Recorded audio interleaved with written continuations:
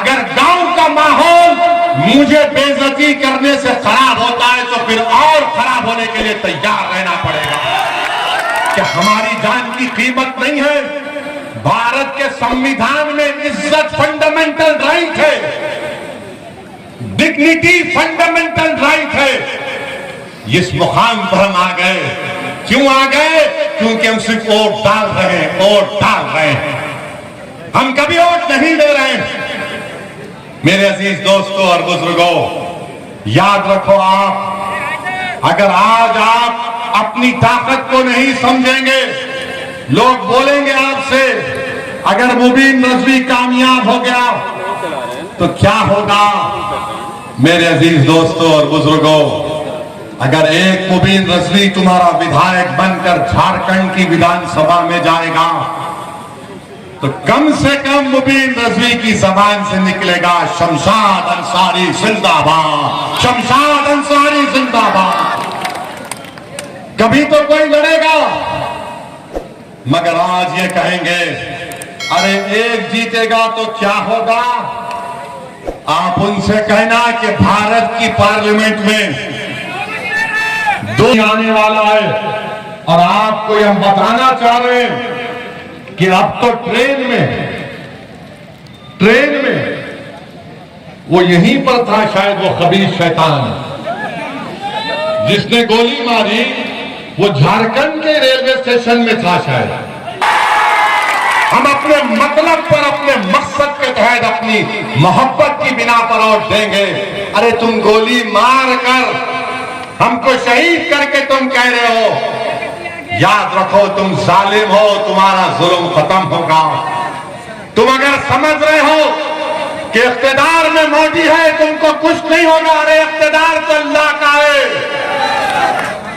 इख्तिदार तो अल्लाह का ही रहेगा। सुबह कयामत तक इंसानों का इख्तिदार नहीं रहता। अगर इख्तिदार इंसानों का होता तो बादशाहों के महल वीरान नहीं होते। अगर इख्तिदार इंसानों का होता तो सल्तनतें बर्बाद नहीं होती हैं। हाँ, हमारा सुल्तान मोहम्मद सल्लल्लाहु अलैहि वसल्लम है। ताजदारे मदा लगाया था, क्या कहा, 60-40 नहीं चलतो, 60-40 नहीं चलतो।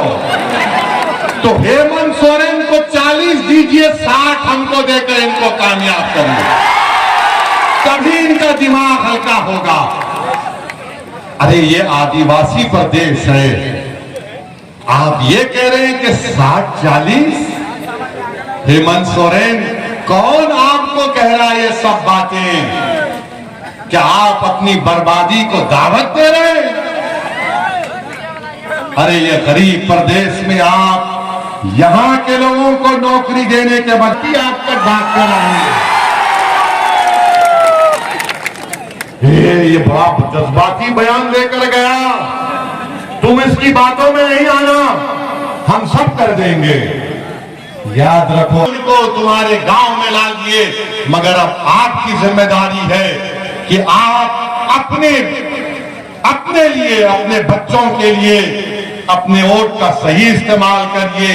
हम हेमंत सोरेन साहब से पूछना चाहते हैं कि झारखंड में 170 जबानें बोली जाती हैं। कौन सी जबानें हैं? कोरथा, संथाली, हिंदी, बंगाली, उर्दू, मगधी, हो, सदन, ओरायन, मुंदारी, ये सब जबानें। अरे इनके यूनिवर्सिटी खोलने को जाओ। और याद रखो, भेड़िया शेर को भी खा लेता है, समझे ना। अगर तुम भेड़िया कि अगर मुझे कोई इबादतगाह बनाना पड़े तो मैं अपना गुर्दा बेच दूंगा, कहा था ना, मैं अपना गुर्दा बेच दूंगा। अरे इतने लोग मारे गए, तुम्हारा गुर्दा छोड़ो, तुम्हारी जबान नहीं खुल रही है, तुम गुर्दा कहां तक जाओगे? उस विधायक ने कहा था कि मैं अपना गुर्दा बेचकर इबादतगाह को बना दूंगा। अरे तुम क्या बनाओगे हमको नहीं मालूम, मगर तुम झारखंड की जनता को तो बेवकूफ बना रहे हो, उनका मजाक कर रहे हो और वो मौत की आगोश में चले जा रहे हैं। क्या क्या तकारीर नहीं की गई थी, क्या क्या भाषण नहीं दिया गया था। अगर हम उस पर बोलना शुरू करेंगे तो फिर एक नया तनाजा यहां पर पैदा होगा। मेरे अजीज दोस्तों और बुजुर्गों, आप ये भी जानते हैं कि जिस प्रदेश से मैं आता हूं, तेलंगाना है, वहां पर 50 लाख से कम और इस साल का बजट क्या है आपको मालूम? 2200 करोड़ रुपए।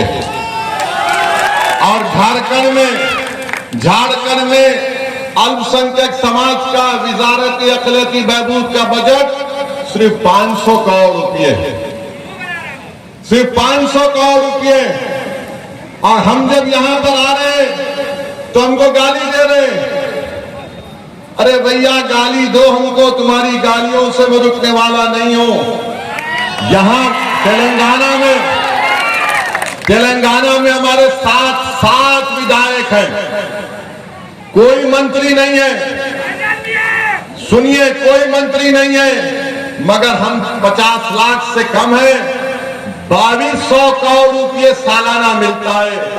आप 60 लाख है, 4 एमएलए हैं, 2 मंत्री हैं, मगर आपका बजट 500 करोड़ रुपये है।